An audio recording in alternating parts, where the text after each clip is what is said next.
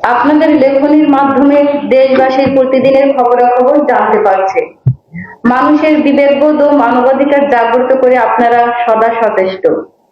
আপনারা বাংলাদেশের ধর্মীয় মাইনরিটি সম্প্রদায়ের সমস্যা ও সমাধান বিষয়ে সংবাদসমূহ বস্তুনিষ্ঠভাবে সরকার সহ দেশবাসীর কাছে তুলে ধরেন।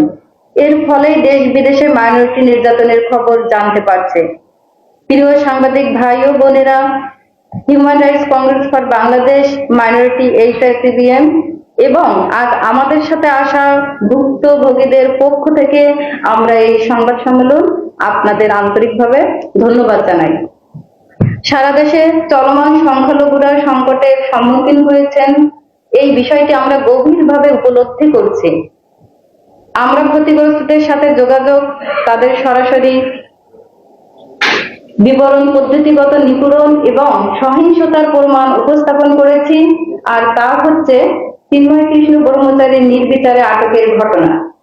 ফিরোজ খান নামক বহিষ্কৃত বিএনপি নেতা দলীয় কোনো সিদ্ধান্ত ছাড়াই বাংলাদেশ সম্মিলিত সনাতনী জাগরণ জোটের মুখপাত্র চিন্ময় কৃষ্ণ দাস ব্রহ্মচারীর নামে ভিডিও ফুটেজের চিত্রে জাতীয় পতাকায় চাঁদতারা খচিত নামক পতাকাটি জাতীয় পতাকা হিসেবে জাতীয় পতাকা অবমাননার ঘটনাকে কেন্দ্র করে অক্টোবর মাসে সম্পূর্ণ মিথ্যা ও হয়রানিমূলক উদ্দেশ্য পর্যন্ত একটি রাষ্ট্রদ্রোহী মামলা দায়ের করা হয়।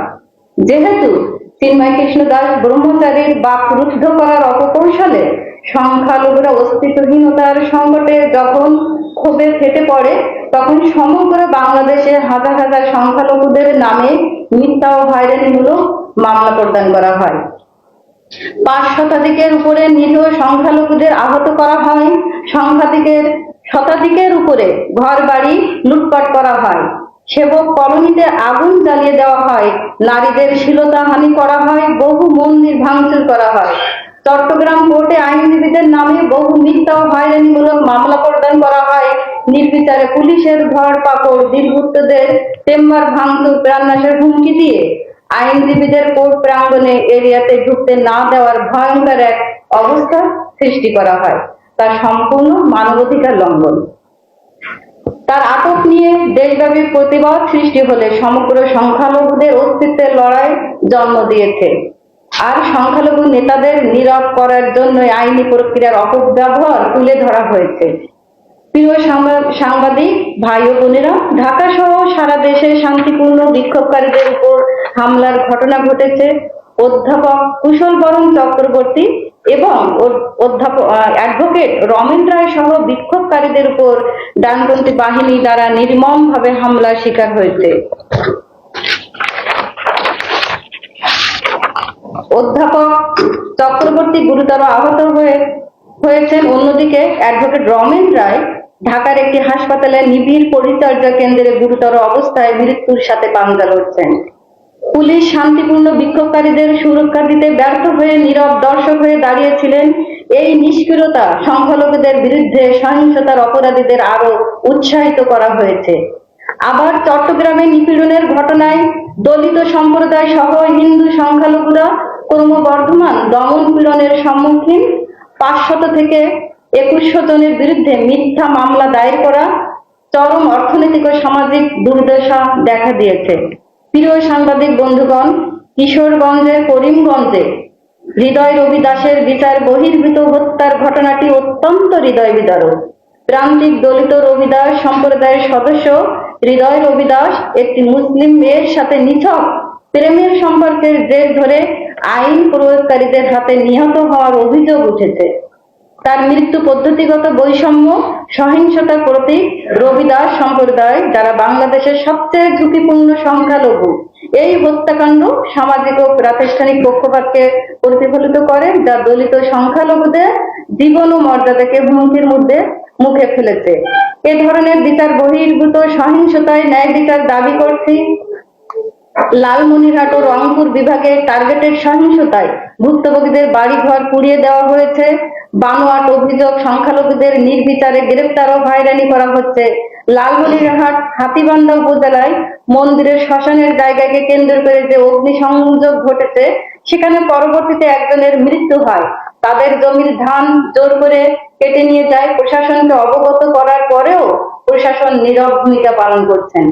গোপালগঞ্জের কোটালীপাড়ায় গত 26শে নভেম্বর 2024 তারিখে শান্তিপূর্ণ আন্দোলন থেকে 8 জনকে পুলিশ থানায় নিয়ে যায় এবং মারধর করে।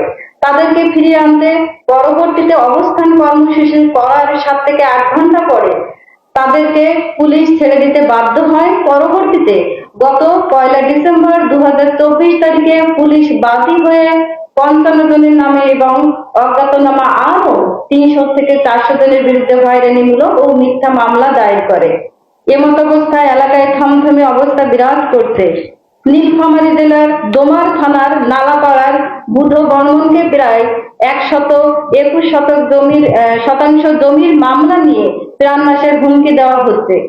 এই সম্পত্তিটি দেবত্ব সম্পত্তি, উনি একমাত্র সেবায়েত হিসেবে জীবিত, তাই উনাকে জীবন নাশের হুমকি দেওয়া হচ্ছে। উনি প্রাণের ভয়ে আত্মগোপন করে জীবন কাটাচ্ছেন। ইতপূর্বে 2 জন সেবায়েতকে জবাই করা হয়েছে। দাপক থানায় মিথ্যা অজুহাতে আটক ভুক্তভোগীরা তাদের ভয় ভীতি ও আইনি হয়রানি করা হচ্ছে।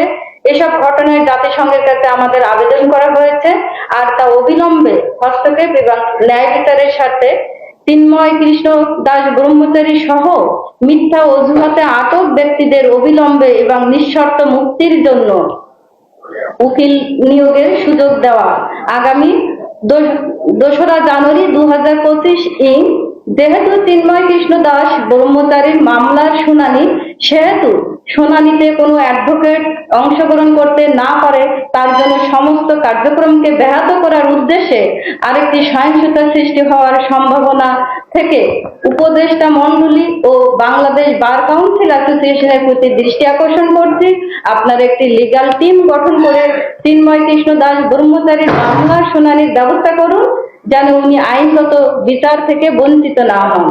বানোয়াট অভিযোগ বন্ধ করতে এবং সহিংসতা ও হয়রানির সব ঘটনার স্বচ্ছ তদন্ত নিশ্চিত করতে বাংলাদেশ সরকারকে অনুরোধ করছি। আর তাদের মামলা উপস্থাপনকারী ভুক্তভোগীদের এবং বাস্তুচিত্ত সম্প্রদায়, বিশেষ করে চট্টগ্রাম এবং লালমনিরহাটে জরুরি ত্রাণ সরবরাহ ও পুনর্বাসন দেওয়ার ব্যবস্থা করার অনুরোধ জানাচ্ছি। দ্রুত মিথ্যা ও হয়রানিমূলক মামলা বন্ধ করে সংখ্যালঘুদের স্বাস্থ্যের নিঃশ্বাসে বাঁচতে দিতে এবং অ্যাডভোকেট রমেন রায়ের মতো ভুক্তভোগীদের চিকিৎসা ও আর্থিক সহায়তা প্রদান করতে অনুরোধ জানাচ্ছি। ট্রানজিশনাল জাস্টিস মেকানিজম সংখ্যালঘুদের বিরুদ্ধে কয়েক দশকের নৃশংসতা মোকাবেলায় অন্তর্বর্তীকালীন বিচার ব্যবস্থা প্রতিষ্ঠার জন্য HRCBM এর সাথে অংশীদার, ন্যায় বিচার, জবাবদিহিতা এবং ক্ষতিপূরণ প্রদানের জন্য এটি অপরিহার্য। তাছাড়া একটি জাতিসংঘ মনিটরিং মেকানিজম প্রতিষ্ঠা করতে হবে আন্তর্জাতিক জবাবদিহিতা নিশ্চিত করে। বাংলাদেশের সংখ্যালঘুদের বিরুদ্ধে মানবাধিকার লঙ্ঘন পর্যবেক্ষণ ও রিপোর্ট করার জন্য একটি নিবেদিত জাতিসংঘ সংস্থা তৈরি করুন। তাছাড়া বাংলাদেশ সরকারের সাথে সহযোগিতার জন্য আন্তর্জাতিক মানবাধিকারের নিয়মাবলী মেনে চলার প্রচার এবং ক্ষতিগ্রস্তদের জন্য নিরপেক্ষ আইনি প্রক্রিয়া নিশ্চিত করতে জাতিসংঘ HRCBM এবং বাংলাদেশ